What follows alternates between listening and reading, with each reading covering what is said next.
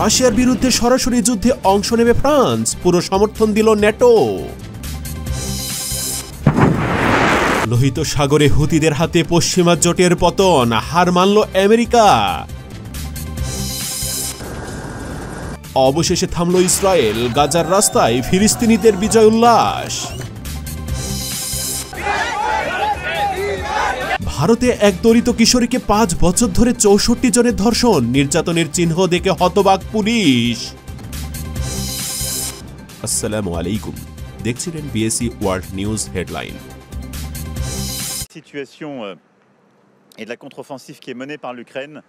রাশিয়ার বিরুদ্ধে সরাসরি যুদ্ধে অংশ নেবে ফ্রান্স, পুরো সমর্থন দিল ন্যাটো।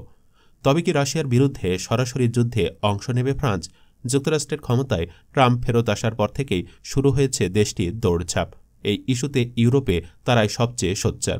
রাশিয়ার বিপক্ষে ফ্রান্সের সরাসরি যুদ্ধে নামার সম্ভাবনা এখন বাস্তব। যুদ্ধের প্রস্তুতি নিয়ে মাঠে নেমেছে ফ্রান্স। গোপনে চালানো হয়েছে বিশাল সামরিক মহড়া পার্সিয়াস। সেখানে 3000 ফরাসি সেনা অংশ নিয়েছে। প্রশিক্ষণ নিয়েছে বেলারুশ সীমান্ত থেকে রাশিয়ার সম্ভাব্য অগ্রগতি ঠেকানোর। হঠাৎ করে ফ্রান্সের এই পদক্ষেপ শুধু তাদের শক্তির প্রদর্শন নয়, এটি যুদ্ধের সূচনার আগাম বার্তা। মহড়ার প্রতিটি কৌশল এমনভাবে সাজানো হয়েছে যেন রাশিয়ার সেনাদের অগ্রযাত্রা রুদ্ধ করা যায়। আর ফ্রান্সের এই আগ্রাসী প্রস্তুতির পেছনে রয়েছে ন্যাটোর পুরো সমর্থন। রাশিয়া আগ্রাসী, তবে ফ্রান্সও নীরব দর্শক নয়, এটাই বোঝাতে চাচ্ছে ফ্রান্সের নেতারা। তবে রাশিয়া কি সহজে পিছিয়ে আসবে? ক্রিমিয়া থেকে শুরু করে ইউক্রেনের পূর্বাঞ্চলে ধ্বংসযজ্ঞ। রাশিয়া বারবার দেখিয়েছে তারা যে কোনো মূল্যে নিজেদের শক্তি প্রমাণে বদ্ধপরিকর। তাদের পরমাণু অস্ত্রভাণ্ডার, আধুনিক যুদ্ধ সরঞ্জাম আর বিশাল সেনাবাহিনী এমন এক শক্তি যা গোটা ইউরোপকে চ্যালেঞ্জ ছুড়ে দিতে যথেষ্ট। যদি যুদ্ধ শুরু হয় তবে তা শুধুমাত্র ফ্রান্স আর রাশিয়ার মধ্যে সীমাবদ্ধ থাকবে না। ইউরোপ জুড়ে ছড়িয়ে পড়বে এই সংঘাত, আর এটি পরিণত হতে পারে তৃতীয় বিশ্বযুদ্ধে। ফ্রান্স ন্যাটোর সবচেয়ে শক্তিশালী সেনাদের মধ্যে একটি, কিন্তু রাশিয়ার বিপক্ষে তারা কতটা টিকবে সেটাই এখন প্রশ্ন। কিন্তু এটি কেবল ফ্রান্স এবং রাশিয়ার যুদ্ধেই সীমাবদ্ধ থাকবে না। ন্যাটোর অন্য সদস্য দেশগুলোও বাধ্য হবে এই সংঘাতে যোগ দিতে, যা পুরো ইউরোপ জুড়ে যুদ্ধের দাবানল ছড়িয়ে দেবে। ন্যাটো যদি রাশিয়ার বিরুদ্ধে একত্রিত হয় তবে যুদ্ধ হবে অত্যন্ত তীব্র এবং দীর্ঘস্থায়ী। ন্যাটোর আধুনিক প্রযুক্তি, উন্নত প্রতিরক্ষা ব্যবস্থা এবং সম্মিলিত সামরিক বাহিনী রাশিয়ার জন্য শক্ত চ্যালেঞ্জ হবে। তবে রাশিয়ার বিশাল সামরিক শক্তি এবং পরমাণু অস্ত্রভাণ্ডার এই যুদ্ধকে আরও ভয়ঙ্কর এবং অপ্রত্যাশিত করে তুলতে পারে বলে আশঙ্কা বিশ্লেষকদের। লোহিত সাগরে হুতিদের হাতে পশ্চিমা জোটের পতন, হার মানল আমেরিকা। লোহিত সাগরে পশ্চিমা জোটের আকাশচুম্বী প্রতিশ্রুতি একের পর এক হুতি আক্রমণে ধূলিসাৎ হয়ে যাচ্ছে। ইয়েমেনি সশস্ত্র বাহিনী দক্ষ কৌশলে তাদের সামরিক অভিযানগুলো তীব্রতর করছে। যেখানে প্রথম অভিযানেই ড্রোন ব্যবহার করে ইয়াফা এলাকায় ইসরায়েলি অবস্থানগুলোতে সুনির্দিষ্ট আঘাত হানা হয়েছে। এরপরে আসে আরও বিস্ময়কর অভিযান। ফিলিস্তিনের দখলদার ভূখণ্ডের দক্ষিণ অঞ্চল আল রাশের বিদ্যুৎ কেন্দ্রে ক্রুজ মিসাইলের সুনিপুণ আঘাত হুতিদের সামরিক ক্ষমতার একটি নিখুঁত প্রদর্শন। এসব অভিযানে পশ্চিমা জোটের সব প্রস্তুতি যেন অকার্যকর প্রমাণিত হচ্ছে। লোহিত সাগরের নিয়ন্ত্রণ হারানোর পর এবার ইসরায়েলের নিরাপত্তায়ও বড় ধরনের প্রশ্ন উঠে গেছে। সানার সামরিক বাহিনী অবরোধ আরোপ করে ইসরায়েলি বন্দর ইলাত কার্যত অচল করে দিয়েছে। এর ফলে ইসরায়েলের বাণিজ্যিক কার্যক্রম মুখ থুবড়ে পড়েছে। এই পরিস্থিতি প্রতিরোধে গঠিত মার্কিন নেতৃত্বাধীন জোট আবারও ব্যর্থ। ইসরায়েলের আকাশ ও সমুদ্রপথ সুরক্ষায় তারা যে কোনো কার্যকর পদক্ষেপ নিতে পারেনি তা আগেই স্পষ্ট হয়ে গেছে। যুক্তরাষ্ট্রের প্রেসিডেন্ট জো বাইডেন নিজেই পরোক্ষভাবে স্বীকার করেছেন এই বিপর্যয়। বাইডেন বলেছেন, লোহিত সাগরে হুতি আক্রমণ থেকে জাহাজ রক্ষার জন্য আমরা 20টিরও বেশি দেশকে একত্রিত করেছি। তবে তার এই বক্তব্যে সাফল্যের কোনো উল্লেখ নেই, যা স্পষ্টতই এই জোটের ব্যর্থতার প্রতিফলন। বিশ্লেষকরা বলছেন, বাইডেনের এই নীরবতা ও প্রাসঙ্গিক স্বীকারোক্তি আন্তর্জাতিক অঙ্গনে মার্কিন নেতৃত্বের দুর্বলতা প্রকাশ করেছে। এই নাটকীয় ঘটনার মাধ্যমে প্রমাণিত হয়েছে যে লোহিত সাগর থেকে ইসরায়েল পর্যন্ত হুতিদের সামরিক ক্ষমতা এখন চূড়ান্ত পর্যায়ে পৌঁছেছে, আর পশ্চিমা জোটের প্রতিটি প্রচেষ্টা ক্রমশ অকার্যকর হয়ে পড়ছে।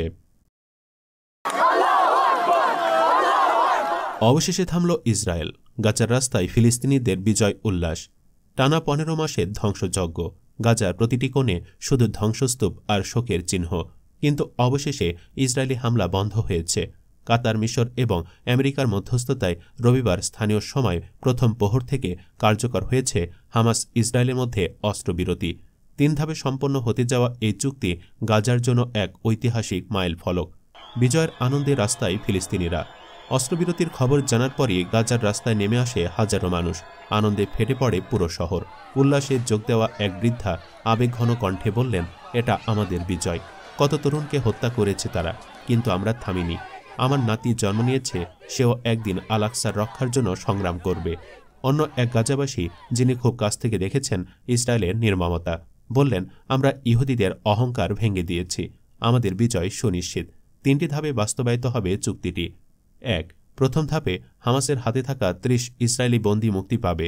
এদের মধ্যে নারী, শিশু, অশক্ত ও প্রবীণ ব্যক্তিরা রয়েছেন। বিপরীতে ইসরায়েলের জেলে থাকা 111 ফিলিস্তিনি বন্দী মুক্তি পাবে। 8 অক্টোবর 2024-এর পর গ্রেপ্তার হওয়া 1000 গাজাবাসীকে মুক্তি দেবে ইসরায়েল। 2.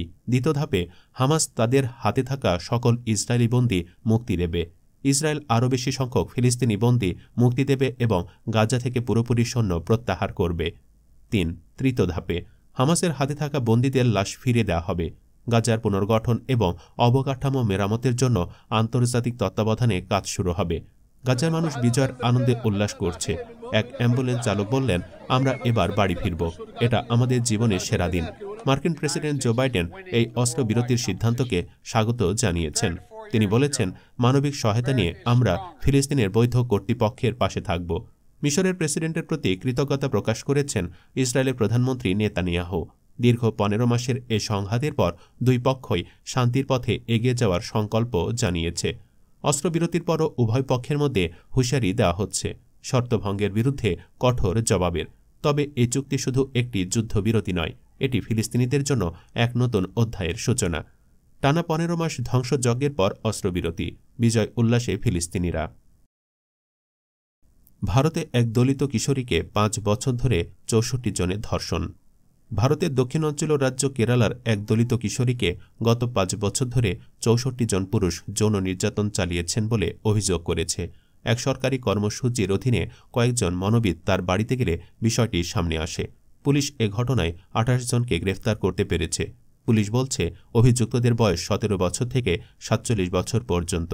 এর মধ্যে রয়েছেন ওই কিশোরীর প্রতিবেশীরা, তার খেলার প্রশিক্ষক এবং বাবার বন্ধুরাও। রাজ্যের পতনমথিট্টা জেলার পুলিশ সুপার নন্দকুমার জানান, এ পর্যন্ত 18টি মামলা দায়ের হয়েছে। যেসব আইনে এসব মামলা হয়েছে এর মধ্যে রয়েছে দলিত শ্রেণীর লোকেদের বিরুদ্ধে হওয়া অপরাধ রোধ আইন এবং শিশু কিশোরদের ওপর যৌন নিগ্রহ রোধ আইন। পুলিশ তদন্ত চালিয়ে যাচ্ছে। পরে আরও নতুন মামলা দায়ের করা হবে বলে পুলিশ জানাচ্ছে। পুরো ঘটনার তদন্তে 25 সদস্যের একটি দল গঠন করেছে রাজ্য সরকার।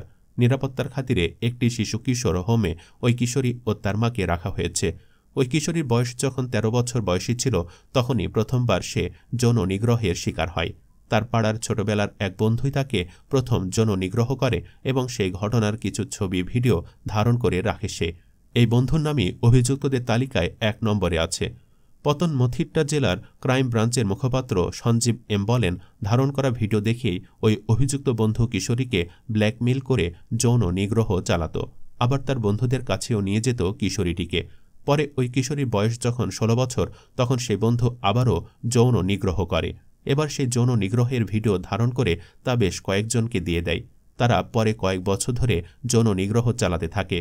জেলা শিশু কিশোর কল্যাণ কমিটির প্রধান আইনজীবী এন রাজীব বলেন, যৌন নিগ্রহের শিকার ওই কিশোরী একজন অ্যাথলেট। খেলার জন্য নানা শিবিরে তাকে যেতে হতো, সেখানেও যৌন নিগ্রহের শিকার হতে হয় তাকে। পুলিশ বলছে, গত 5 বছরে ওই কিশোরীকে অন্তত 3 বার সংঘবদ্ধ ধর্ষণ করার অভিযোগ সামনে এসেছে। তদন্তকারীরা বলছেন, ওই কিশোরী ছোটবেলার ওই বন্ধুও একবার তাতে যুক্ত ছিল।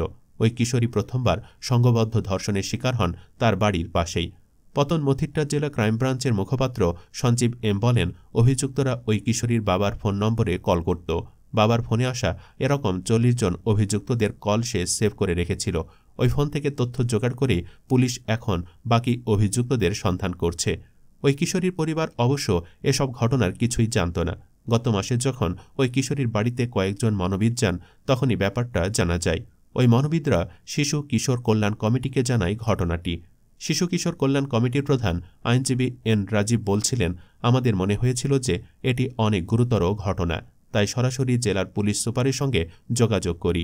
একটি নারী অধিকার সংগঠনের আইনজীবী সন্ধ্যা জনার্দন পিল্লাই বলেন, এ ঘটনা প্রমাণ করে দিল যে শিশু কিশোরীদের যৌন নির্যাতনের হাত থেকে রক্ষা করার জন্য শুধু আইন করা যথেষ্ট নয়।